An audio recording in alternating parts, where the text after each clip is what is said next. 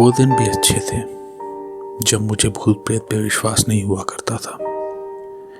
मैंने हाल ही में एक होटल ज्वाइन किया। मेरा नाइट शिफ्ट जॉब है। एक होटल के नाइट शिफ्ट में आप कुछ दिलचस्प लोगों से मिलते हैं। फिर भी ये काफ़ी आसान नौकरी है। सिर्फ आप में रात भर जागने की क्षमता होनी चाहिए। दूसरे शब्दों में आपको 8 घंटे कंप्यूटर के सामने बैठने के पैसे मिलते हैं। अगर कोई कस्टमर आया तो ठीक है, वरना पूरा समय आपका ही है। फिर रात को आपको रिपोर्ट तैयार करना होता है और सुबह के नाश्ते का सेटअप लगाना होता है। फिर आप घर जा सकते हैं। अब समस्या ये है कि आपका मन भटकने लगता है। मेरा मतलब है कि हाँ, लॉबी में काफ़ी रोशनी है, लेकिन इसके अलावा बाहर पूरा अंधेरा और सन्नाटा है, और तो और अकेलापन। मेरा कोई कोवर्कर या सहकर्मी नहीं है, जो कि इस नौकरी को और भी डिप्रेसिंग कर देता है। ये जान के भी कोई तसल्ली नहीं मिलती कि आप किसी इंसान से सिर्फ 30 फीट की दूरी पर हैं, जो कि शायद अपने कमरे में सो रहा हो। कभी कभी तो ऐसा महसूस होता है कि दुनिया का अंत हो गया हो और सिर्फ आप अकेले जिंदा हैं। हाँ, ऐसा भी कभी कभी होता है कि दूसरे शहर से आने वाला कोई इकलौता यात्री हो या कोई फैमिली हो जो किसी छोटे शहर से आया हो। सुबह 4 बजे उनके मुस्कुराते हुए चेहरे को देखकर मुझे भी एक नकली सा स्माइल पास करना होता है। फिर क्या, छोटी मोटी फॉर्मेलिटीज और फिर वही अकेलापन, अंधेरे में घूरते रहना और इंतज़ार, सिर्फ इंतज़ार कि सुबह कब होगी और कब मैं घर जा पाऊंगा। मन बहलाने का भी कोई तरीका नहीं है। आप अपना मन नहीं बहला सकते जब आपके मन में कुछ खटक रहा हो। नाइट शिफ्ट स्टार्ट करने के कुछ समय बाद मेरे अचानक से रोंगटे खड़े हो जाते थे। मन में कुछ खटकता था, जैसे कोई इंसान या कोई चीज मुझे घूर रहा हो। आपको होटल के लॉबी के बारे में थोड़ा बता दूं। होटल का लॉबी कुछ इस प्रकार है। सबसे पहले हमारे सामने वाला दरवाजा है, जैसे कि होटल्स का होता है, ट्रांसपेरेंट शीशे का, जिसे कि मैं अपने कलीग्स के जाने के बाद लॉक कर देता हूँ और अपना शिफ्ट शुरू करता हूँ। अंदर आते ही हमारा कॉमन एरिया पड़ता है, जहाँ पे एक सोफा सेट है और एक टेबल पे मैगजीन्स का ढेर लगा हुआ है। इसके बाएं तरफ हमारा ब्रेकफास्ट एरिया है। क्योंकि ये होटल छोटा सा है तो ये काफ़ी कंजेस्टेड सा लगता है।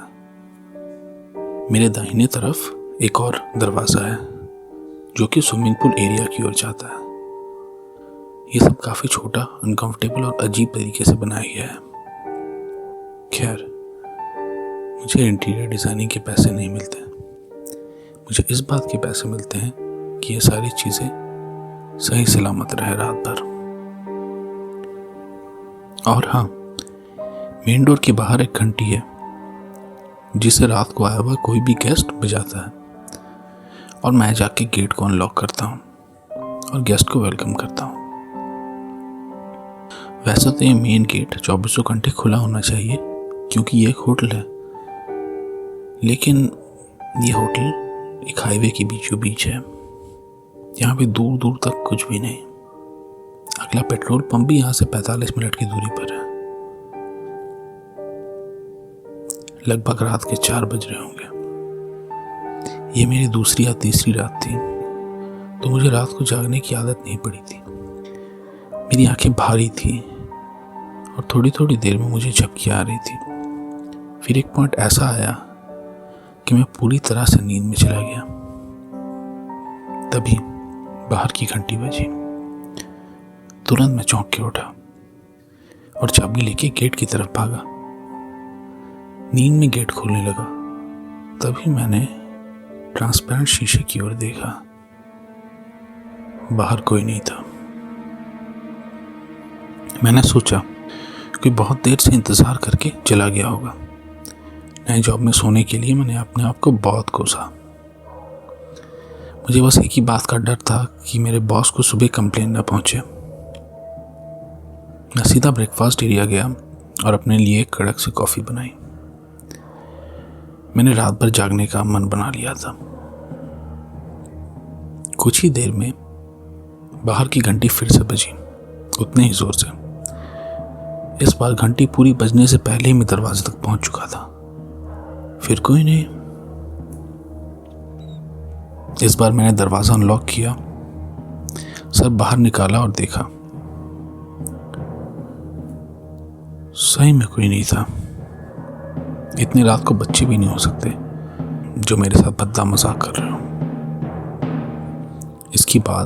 इसके बाद रात भर कुछ नहीं हुआ।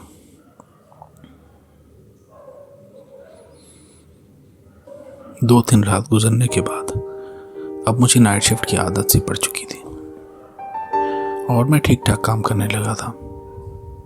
ये देख मैनेजर मुझसे बहुत खुश था। वो मेरी बड़ाई करते नहीं थक रहा था। यकीनन मैनेजर को कोई आइडिया नहीं था कि ये नौकरी कितनी आसान है। और जैसे कि मैनेजर्स करते हैं, मेरे अच्छे काम का इनाम उसने और काम देके किया। उसने कहा कि स्विमिंग पूल के एरिया को थोड़ा साफ कर देना और ब्रेकफास्ट एरिया को तैयार कर देना। मैंने कहा ठीक है। ये कोई मुश्किल काम नहीं था और ना ही मुझे सफाई से कोई परहेज है। और रात को समय काटने के लिए कम से कम कुछ तो होगा।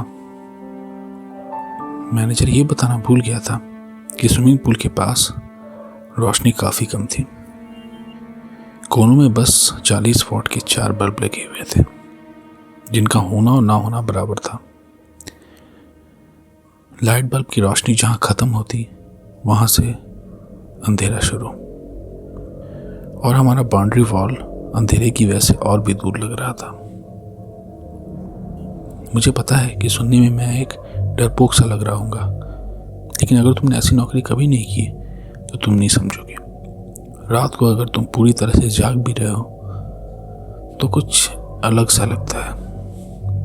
इंसान का दिमाग कुछ बदल सा जाता है। ऐसे वातावरण, जगह और समय पर इस धरती का सबसे बहादुर आदमी भी सहमा और डरा सा रहेगा। मेरे नींद से वंचित दिमाग में इसी प्रकार के ख्याल आ रहे थे। जब भी मैं स्विमिंग पूल से आगे देखता तो मुझे लगता कि शायद कुछ अंधेरे से निकल के मेरी तरफ आए। मैंने अपने आप को संभाला, 2-3 लंबी सांसें ली और स्विमिंग पूल साफ करने लग गया। कुछ सूखे पत्ते ही थे, उन्हें उठाने के लिए मैं झुका। स्विमिंग पूल के पानी में एक कोयले से भी काला एक कांपती हुई परछाई दिखी मेरे ठीक पीछे। मैं इतना जल्दी मुड़ा कि मैं गिरने वाला था। काफी मुश्किल से मैंने अपने आप को संभाला, लेकिन वहां कुछ भी नहीं था। मैं पूल के पानी की तरफ मुड़ा, वहां भी कुछ नहीं था। मैंने किसी तरह जल्दी जल्दी सफाई की और अंदर जाके दरवाजा लॉक कर लिया। उस रात में बाहर के लाइट्स भी बंद करना भूल गया था। जब भी मैं इस बारे में अपने मॉर्निंग शिफ्ट वाले कलीग्स को बोलता हूं तो वो मेरे मजाक उड़ाते हैं, जैसे कि मैं उन्हें डराने की कोशिश कर रहा हूं। कम से कम वो मुझे पागल तो नहीं समझते। लेकिन ये सोच के चिढ़ भी होता है कि कोई मेरी बातों पर यकीन नहीं कर रहा।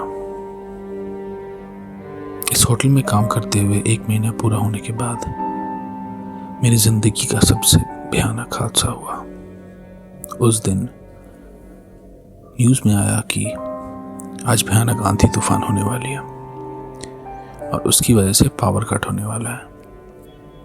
ब्रेकफास्ट एरिया पे बैठकर मैं टीवी देख रहा था और न्यूज़ रिपोर्ट चल रहा था।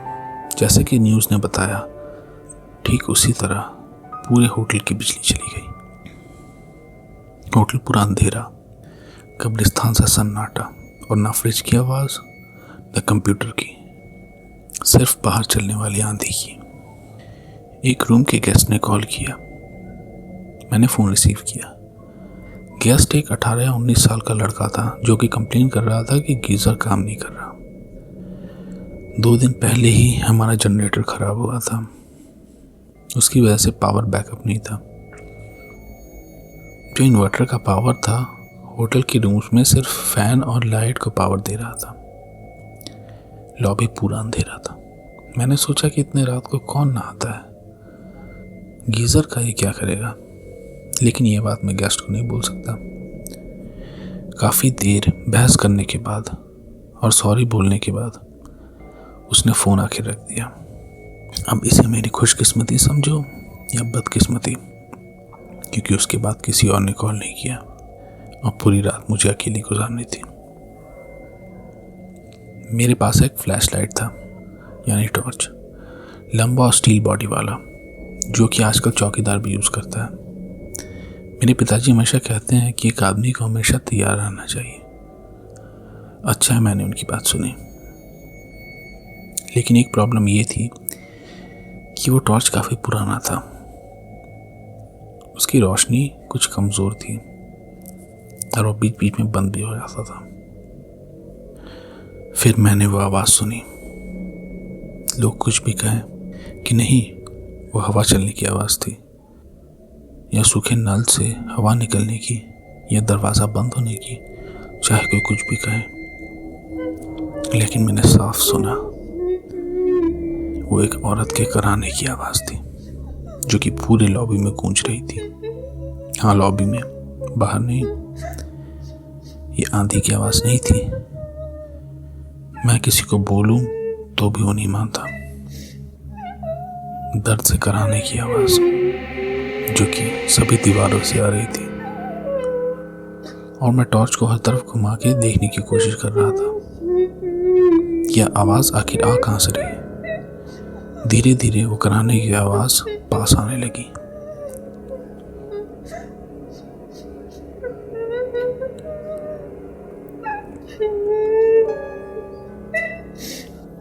और फिर जब टॉर्च की रोशनी मेन डोर पर पड़ी तो मेरे मुंह से चीख निकल गई। मेरे सिर्फ 2 फीट की दूरी पर वो परछाई खड़ी थी।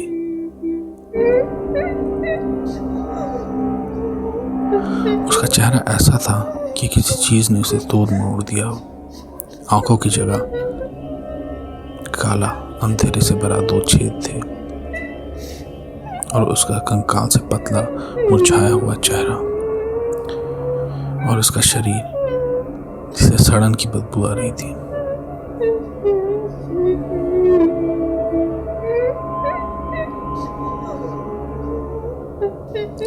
जैसे ही टॉर्च की रोशनी उस पर पड़ी तो उसका शरीर कांपने लगा, मानो कि वो मेरे पास आ रही हो, धीरे धीरे अंधेरे में। और टॉर्च की रोशनी पड़ते ही रुक गई, और देखते ही देखते वो अंधेरे में तब्दील हो गई, और रोने का आवाज़ भी बंद हो गया। ठीक उसी समय लॉबी का लाइट जल उठा, पावर वापस आ गया, कंप्यूटर ऑन होने लगा और टीवी चलने लगा। मेरे सांस में सांस आई, लेकिन फिर भी मैं उस जगह से 1 इंच भी नहीं हिल पा रहा था। मुझे समझ नहीं आया कि ये हुआ क्या। मुझे अपने आप को संभालने में कुछ समय लगा। फिर मैं चुपचाप जाके कंप्यूटर के सामने बैठ गया। ये सपना था या हकीकत? थोड़ी ही देर में सुबह हो गई और मैं बिना किसी को कुछ बोले घर चला गया। मैंने अपने बॉस को कॉल किया और कहा कि मैं आज रात को ऑफिस नहीं आ पाऊंगा, मेरी तबीयत कुछ ठीक नहीं। मैं तो चाहता था कि नौकरी छोड़ दूं, लेकिन बहुत मेहनत और मशक्कत के बाद ये नौकरी मिली थी, और घर वापस जाके मुझे ताने नहीं सुनने थे। मैं जिद्दी भी बहुत था, जो कि इस समय के लिए बिल्कुल सही नहीं था। मैं जब भी सोने की कोशिश करता तो वो चेहरा मेरी आंखों के सामने आ जाता, और ये ख्याल भी आता कि अगर ठीक टाइम पे उसके ऊपर रोशनी नहीं पड़ती तो क्या होता। या वो टॉर्च काम नहीं करता तो क्या होता। मैं यहाँ पे 4 महीने 3 हफ्ते 6 दिन से काम कर रहा हूँ। अगर ये 6 महीने होते तो मैं नौकरी छोड़ सकता था, लेकिन 4 महीने का वर्क एक्सपीरियंस किसी काम का नहीं। अब अंधेरा हो चुका है और मेरी नाइट शिफ्ट मैं पहुँच चुका हूँ।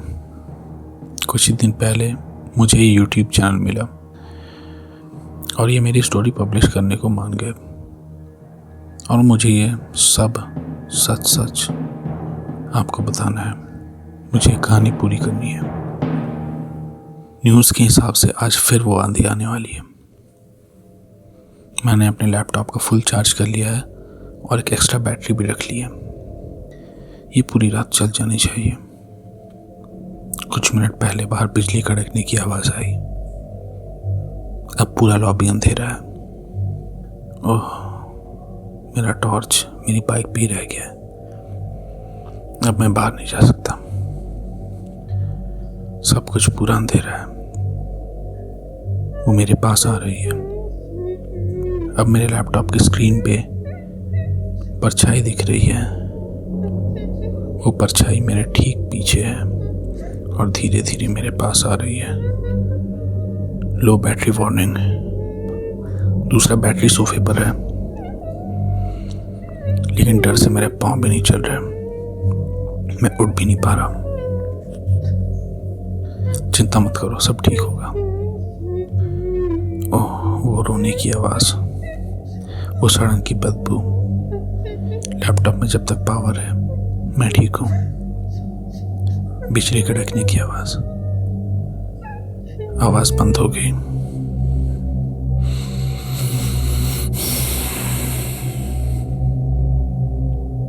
मेरे बाएं कान के पास सांस लेने की आवाज़ आ रही है।